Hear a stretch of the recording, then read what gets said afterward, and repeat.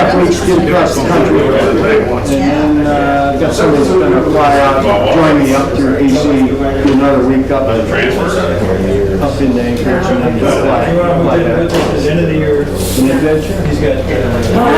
I guess it's not pushing it too hard, right? No, none of that. You do 1,000 miles a day?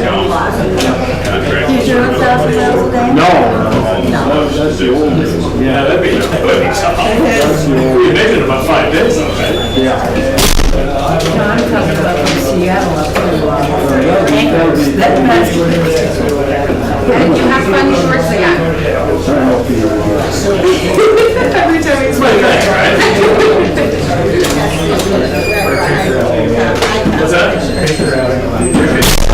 Yeah, we were digging them short. We're digging them. Chief isn't gonna want to go. Yeah, lots of holidays came from. The chief's not going to go.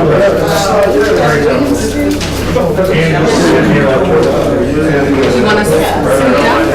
We want to make a quick service, and then I gotta go. Sit here. No, okay, then we go first. Sure. You might want to.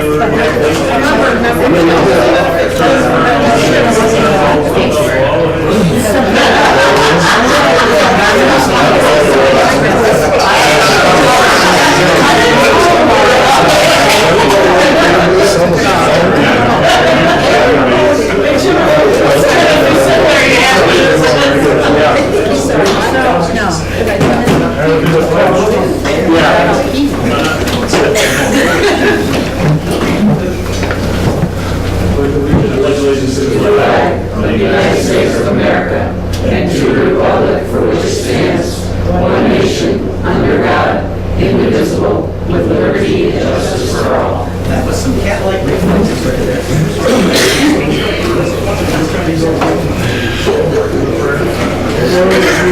Gather this day to do the important business of the people of the village of Whittier. Grant us wisdom, compassion, and understanding. Amen. All right, first item is public comment.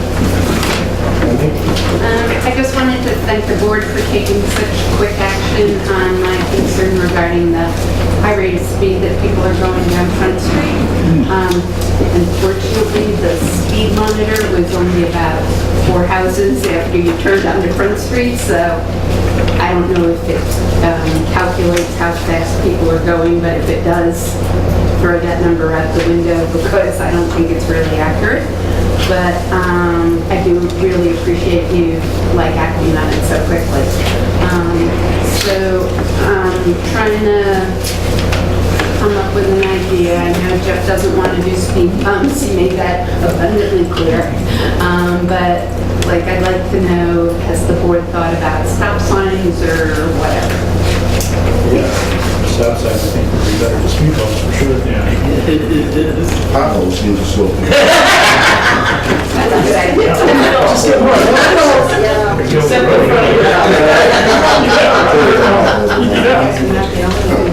can do that. Could you put a stop sign at the corner of the avenue in front, a three-way stop? And then maybe even another one at Armstrong. I know it's only a little block, but I'm telling people when they go to turn onto Academy, they drive around people and gun it. So I know I'm being persistent about this. Yeah, there are people parked on both sides of the street down there oftentimes, and yeah, it's, People fly down. yeah. So what would the process be? Or how do we move forward? I mean, if we look at it, yeah, maybe you could do a traffic study to really get numbers on, the speed, how much cars, how much an issue it is, maybe talk with folks at DOT if they have any ideas. Ultimately, though, it might be a little bit law, just saying, all right, just stop signs. I mean, it just depends on how involved you really want to get into the process. You just want to go based on the feeling that this is an issue without trying to find hard numbers. I mean, you can, of course, it's a legislative decision to change the laws. And that's our street, it's not a state road anywhere down there, so. So Ed, you live there. Do you think there's a problem? Yeah, it seems like people go awfully fast. I mean, especially going down towards William Street. Not Right. so much coming back up in front of our houses. They probably get going better when they're down at the bridge, sort of, ready to stop at the bridge. But it's definitely something that needs to be looked into. Trustee, so we have various pieces of us talked with each other about this. We've done some things and we're going to continue to do some things sniffing at this. I'm just saying, I know you want some immediate action, but we're doing, we've talked as constituents, we're I doing some know, I'd action. just like to know what you're talking about. Like, what other things do you need to do? Like, everybody knows it's a problem. You've put a sign out there. The sign produced results to get people to slow down. Now the sign is done. We are back to square one again. So I guess my question is, what do you feel you need to do to make a decision? I think it probably goes back to what Nate said. And which is, Contact DOT and have them do an actual study on it, right? We can. Or again, you could just skip right ahead to, you know, authorize Let's do it. local law to stop signs. Put a three-way stuff there. why would we spend money to do a study when everybody recognizes that it's a problem? Would it cost us any money to do it or no? I think that study was having that sign there to actually slow people down. That would be the study, so the solution would be to put something there permanently. Yeah. In a way, if we could. Stop signs are a good solution versus any street books. Yeah, probably the least obtrusive thing to do would be to put stop sign in there, because you know, that way you can't get going that fast. Right. Drag or somewhere. I think you guys have to vote, have him amend the section with the stop sign. Well, we'd often have to draw it anyway, yeah. And I don't think that we specifically will be able to put together a local law. The board is thinking, yeah, let's put something together, and I'll talk with Jeff about exactly what it should look like. And then at the next meeting, hopefully, maybe not the next meeting, I won't get ahead of myself, but within a month, I'll have either a law drafted or another alternative to look at. I mean, I'll just need to look at the VTL, the village's vehicle and traffic law, just to make sure, okay, this is exactly what we want to do, and I'll report back to you either at the next meeting or the one after that. So Update or what we want. So we have periodic complaints about things like this on long stretches of road within the village limits where there are roads and it's 30 miles an hour. So should we not be looking at this more holistically, like Talcott Street? You know, you certainly can. Erie Street? But, you know, I think one of the things you don't want to do is let the enemy of the good be the perfect or harm of the phrase. You know, I mean, address the issue, it's right Good here. enough, yeah. You know, you could do a whole traffic study in the whole entire village, and 4 years later, nothing's been done. Yeah, yeah. We're still working on it, we're just not there yet. Well, I'd like to hear what your plan is and when I should be back. Should I come in 2 weeks or 4 weeks? Well, come back in 2 weeks, I'll certainly. He seems to think there is a plan, No, and he's there's not. the attorney. The only plan for us, I think, that the board's currently kind of is considering is preparation of the local law. Yeah, and then the local law, we're going to consult with Jeff about, okay, where exactly is this going? We have to schedule a hearing and. Yes, okay. Maybe at the next, if you come back at the next meeting, I can tell you at that point what conversations I've had, what I think the next steps are. I might have a local law drafted at that point or not. Great. You know, but certainly come back at the next meeting, or even before then, if you reach out to the mayor, he might keep you posted as to. Or you can shoot me an email, whatever. But Rusty, it really seems like you have, like you don't want to see this move forward. I've talked to a lot of constituents and no one has been in favor of through a stop sign. Well, I'm sure they aren't. We're not there. We're not there for a stop sign. So what constituents on Front Street are not there? The people I who know are the village affected. board is not there on the stop sign. We haven't discuss this through and talk about this yet, so we're not. So whenever, okay.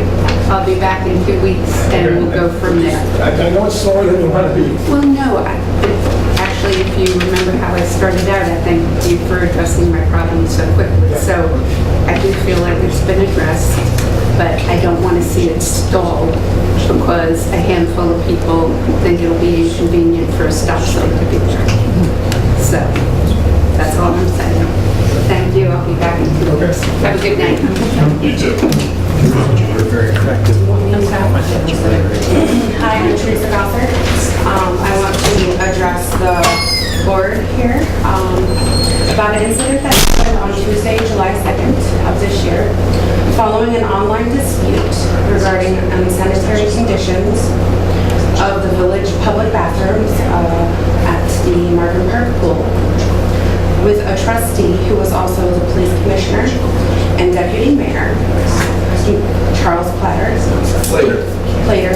He came to my home to escalate the situation and the dispute that was going on online, to harass and intimidate me and my family. Starting off, I would like to address the original reason for the disagreement.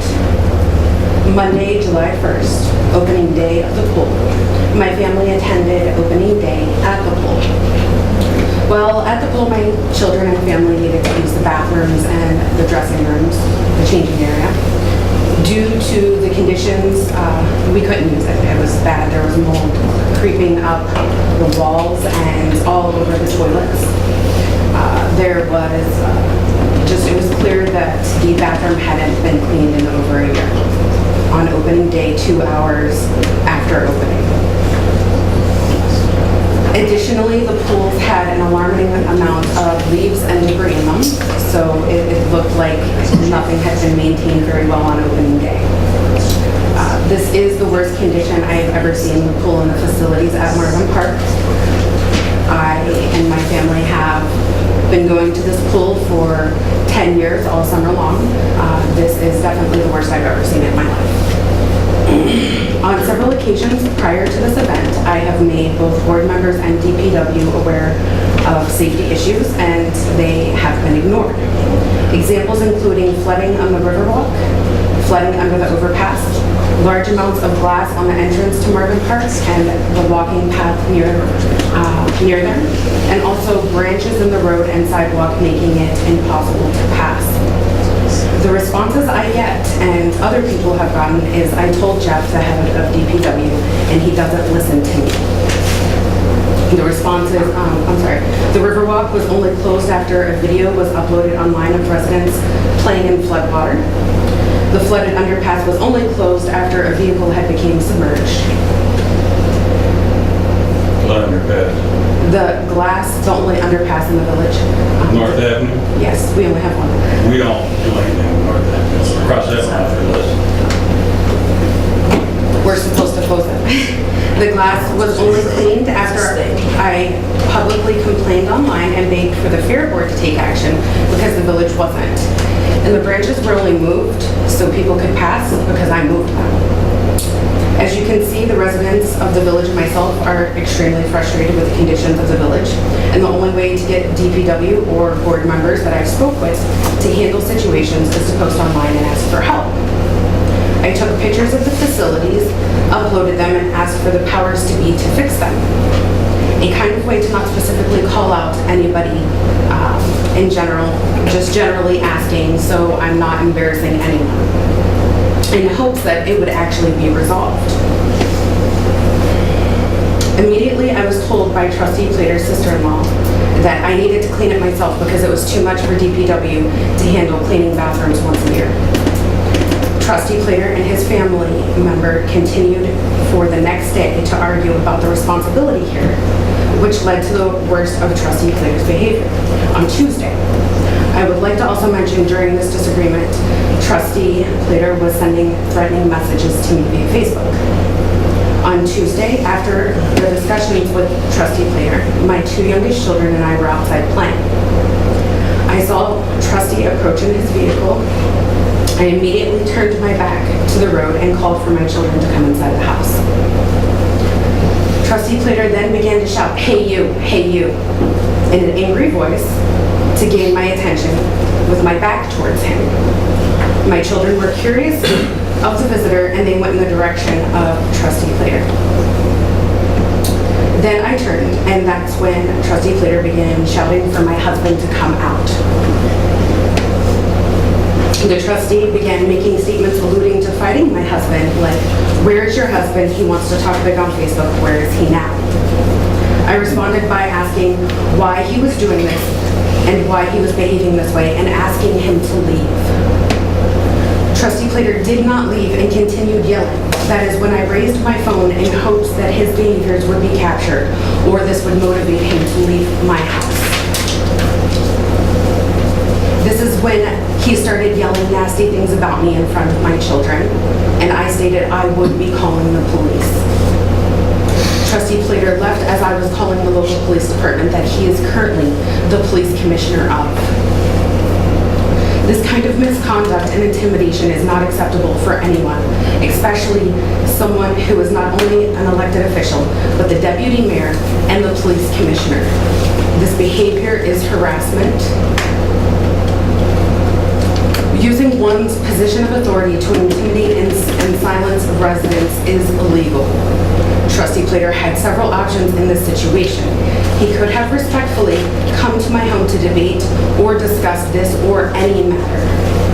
I would have welcomed him to my home or a neutral place and hoped for a peaceful resolution between us. The messages sent to me from Trustee Plater prior to the incident mentioned above were hostile and alluding threats without exactly saying what he meant.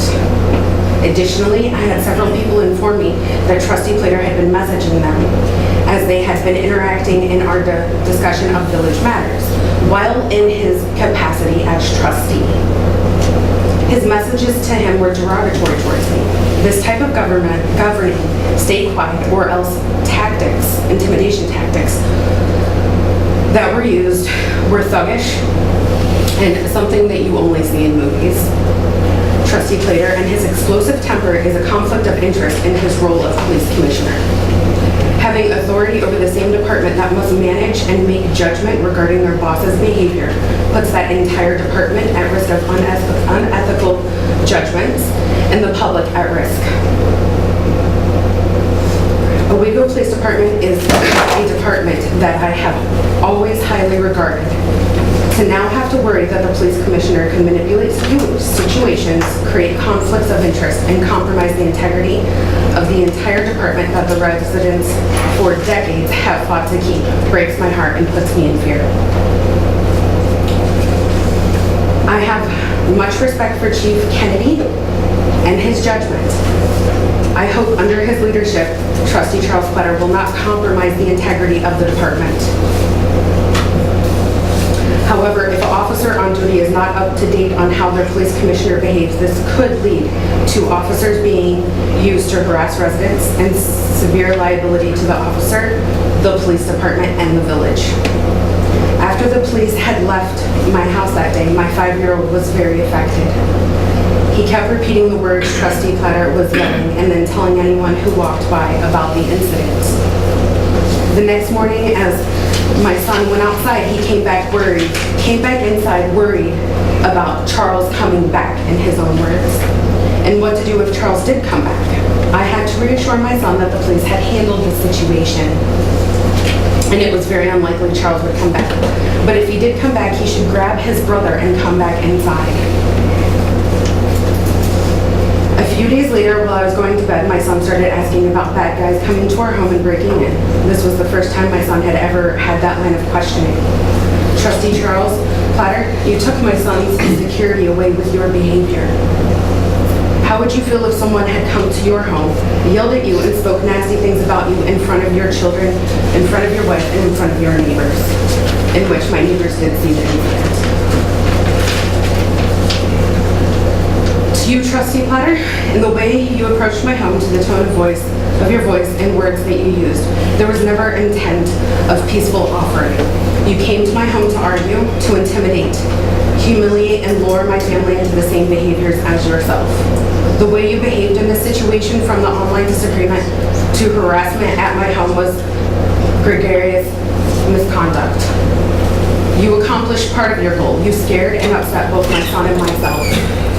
You took away our sense of security at our home and the community that we love. Today I'm here to tell you, Trustee Platter, your treatment of others that disagree with you is repulsive and will not go unchallenged.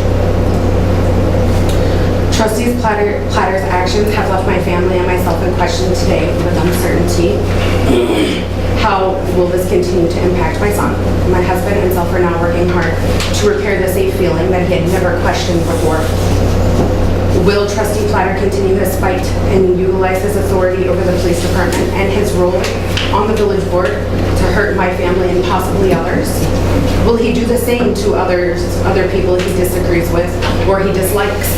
Are elected officials in the village going to be allowed to harass and suppress any of the residents that disagree with them? I stand before you, the village board, all of you, and ask that you put any biases, personal connections, and prior judgments behind you. Objectively look at all this information and recognize the misconduct and harassment that happened here. I ask that you uphold yourselves to higher standards and refuse to accept this behavior from one of your peers. I ask that you remedy the situation and give my family and the entire village safety by asking Charles Platter to resign from his position on the village board. Trustee Charles Platter, after all the hurtful and harmful decisions you continue to make towards me and my family, I ask that you remedy the situation by resigning your position on the village board. Thank you. And I want this put in the village board meeting minutes. And I have a letter for every one of the board members and for you, Rodney. Can you pass that along? That's the letter for everyone. This is to be put in the village board meeting minutes, so if this happens again, it can be found. Thank you for your comments, anyone?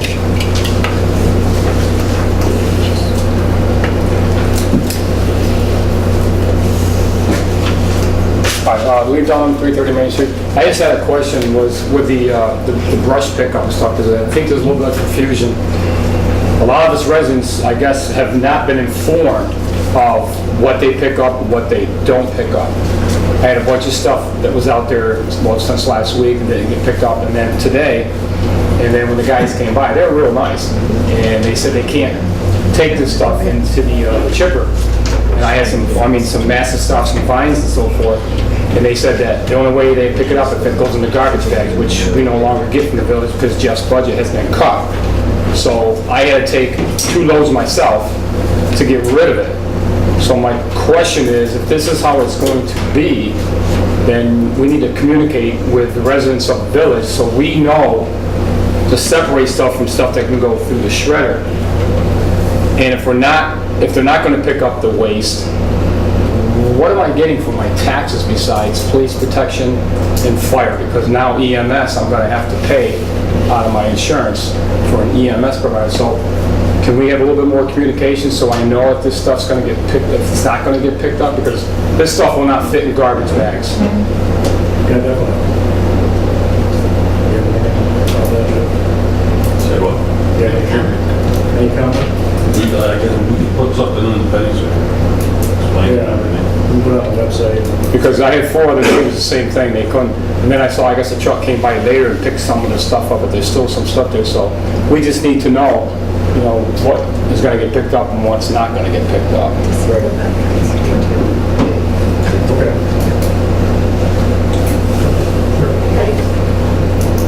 Elizabeth Speck, and this is my husband George. We moved here in November, love a week ago.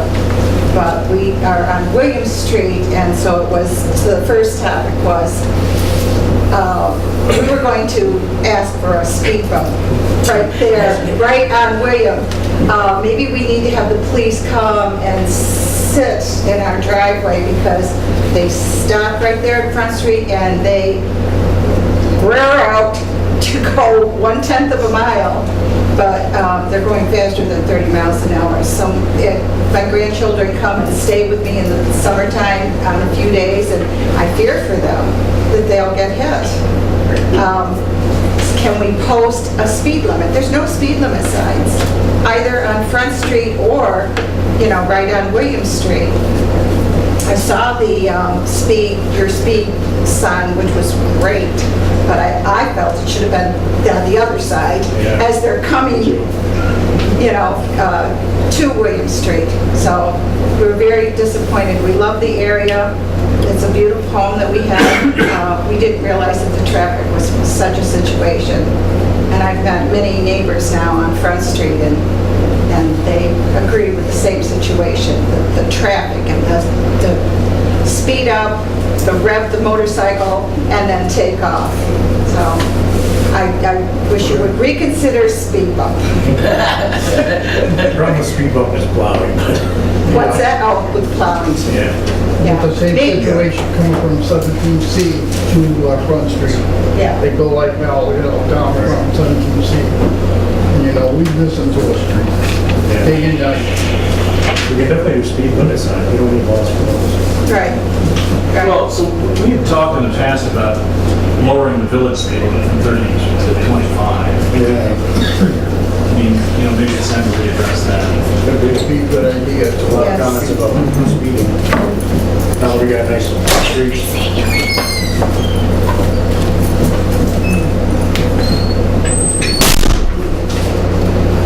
We'll add it. And I'll let the police know about. He's not here tonight, but I'll let him know. He's more than welcome to sit in our driveway and see what we see. And the other issue is mufflers. These people, I can't tell you how many people that have bad mufflers need a new muffler. Are you right on the corner of Front and Williams? I'm 55. We are at the gray ranch house. Oh, sure. Okay, Just yeah. as you turn right, there's the white boy that had the incident with the car in the drive. We were right next door. Yeah. Love a Rico. Happy to be here. Thank you. Oh, you're welcome. Williams to Main Street, a lot of people do not stop there. It's a very dangerous intersection. Do not stop that. Yeah, right. When I see it when I'm coming down, they try to beat me because they're trying to beat all the lights. That's very interesting there. We should let the police know that. Especially with all the semi-traffic and whatnot. Yeah, white speed right there. Yeah, so if that were the state route, or if I were in charge of that state route, I'd put a stoplight there, just like the rest of the Academy and People couldn't beat us. Yeah. Right, yeah. And there was a semi-tractor that came down Front Street today. Really? Yeah, that's weird. Yeah. It does happen often. I've heard of them coming down Erie Street too for some reason. Lately, I don't know why. Yeah. Do you have anything else? No, I'm good. As a side note, I didn't come down to talk about the whole problem on Front Street, but I live right around the corner from her. And Mike Coleman and his whole gang usually park on the north side of the street. So I park on the south side and narrow it up just enough so two cars really have a hard time passing. So we could have a little parking thing out on the street maybe and slow them down. So. Roadblock. But the only thing I worry about is one night somebody's going to come flying down through there and hit some of them parked cars probably. And I have seen OPD down on the south side of William Street catching people for running at stop sign. So I know there's been some. My name is Joe Cardwell. I'm here with my son Matthew tonight. Leo Value Auto. And about 20 years ago, if I can back you up a little bit, I bought a tow truck and I came down to see Chief DeVita at the time. And I said, I'd like to be put on your rotation. And he said, okay, you are the rotation. And I said, how is that? And he said, well, you're the only guy in the village, you're the only guy paying village taxes, so you should get our business. So for about 18 years with a couple of small guys that kind of came and went. We've been the unofficial, official tow company of the village. We took 2 buildings, empty buildings, in 1996, and we have 14 people that work there. They buy their lunch there, they buy their gas there. When I say there, I'm talking about the village. A couple of years ago, when the Telfer was the chief of police, we fell out of favor with him. And in my mind, we're doing a great job. You know, the phone rings, we jump, we go, we take care of the situation. We run good equipment. At any rate, he would not talk to us on 2 different occasions. I actually went to the police station. He opened the door, and I kind of thought it was a scene from The Wizard of Oz or something like that. But for a couple of different reasons, he had taken us off, and he put 2 other tow companies on the rotation. They both are about 7 miles out from the village limits. That's plus or minus. Mayor Barada, I spoke with him. He actually, talked about a public servant, he came to our office and ultimately got us put on the rotation. However, we're 1 of 3. And always in the past, we got every call. If we couldn't handle it, then it went into another rotation to out-of-area tow companies. So I spoke with Chief Kennedy today. You call any municipality in the area, call Vestal, call Endicott, call Binghamton, say, hey, I want to get put on a tow rotation. Even if you're in the municipality, you can barely get out, let alone, be from outside. So the chief thought that I should run it by the board. There'd be a little discussion, down the road or whatever, and hopefully we can resolve the situation. As far as moving it up to the top of the list? Well, yeah, it would go back to what it was before, Telfer. When you got us put back on the list, that was kind of a stopgap thing to at least get us there. But I was telling the chief today, back in the days, Officer Hogan Camp, there was an accident on Front Street, and it happened to be in the daytime. I happened to be in the office. We happened to have a truck literally 5 feet, and I told the dispatcher, that I was on my way, and I got there, and he said, "You lied." I said, "I lied." He said, "Yeah, you said you'd be here in 4 minutes, and you got here in 3. So, it was in front of St. Patrick's School there, right on Front Street, so it was all right turns, a half a mile. But, a lot of that goes into, you're calling these guys and they live 10 miles away, and then they got to get to their truck, it's 7 miles away, and everything else, and, it just makes sense that I got my village taxes, thank you very much. We pay just about $10,000 a year in village taxes between our business and a couple rental properties and things that I have. So, it's kind of a synergistic thing. So, I don't have a problem with it. I think we should support our village business. We should support our village businesses. Rusty, you always have something. I do have something to say. I think that we should have, every one of these issues that the public brings us, I think we should talk about these further on in the meeting. I don't think that we should talk about them in the middle of the public comment. I think we should address this, but we should move people on the public comment, not try to fix everybody's problem in the middle of the public comment. And I think that we should do something about this. any other questions? Does anybody have any questions? I guess that we don't have a contract with the other tow truck companies, right? They're just on a list. Yeah, it's just a list. Yeah, it's all administered by the sheriff's dispatch. Well, so our police department gets to the sheriff's department. Okay. dispatching the tow companies. Right, right. Thank you. All right, thank you. Thank you. We'll let you know. Okay. Anybody else?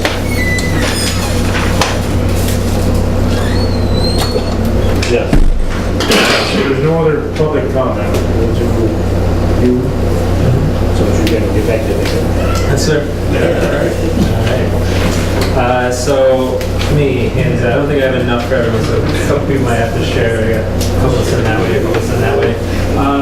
My name is Terry Carroll. I work for Cornell Cooperative Extension. I manage a program called Clean Energy Communities in the Southern Tier. So I work in an 8-county area. So I work I'm based out of Tompkins County, but I work from Tompkins County down to Tioga County and then all the way east over to Delaware County, promoting this program that's put on by the state.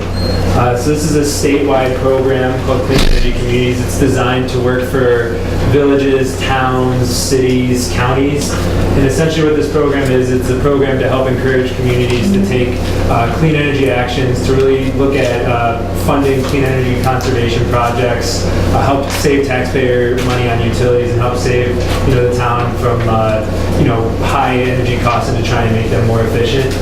What my role is in this is to come to municipalities and explain what the program is and help them try and become what's called a designated clean energy community. And the way this is done is there's 10 different actions that a municipality can take within this program. And if a municipality completes 4 of the 10 actions, they become what's called a designated clean energy community. And when this program was started 2 years ago, it came with a lot of funding as well. So when a community became a designated clean energy community, it might come with $50,000, $100,000, down to $5,000. And unfortunately, at this point, we're all out of funding for the program in this point in time. But from my understanding and conversations with the state, it looks like we're going to see an influx of money hopefully in the near future. And from what I've been told, communities that have already taken part in this process, that have already become designated communities, will get a preference in terms of being able to apply for funding or being able to get more funding in the near future. So, I don't want to take up a ton of your time by going through this. I hope you'll take the opportunity to kind of look through these, look at some of the different actions. I do want to point out, though, that the village has already completed 2 of the actions. So in essence, you are halfway to becoming a clean energy community. So those 2 actions are switching your streetlights over to LEDs. This is something that I'm going all over my 8-county region and talking about. It's probably one of the most beneficial things that a community can do. So you're ahead of the curve in that sense. It's one of the highest cost savings that a municipality can get is from switching their streetlights to LEDs.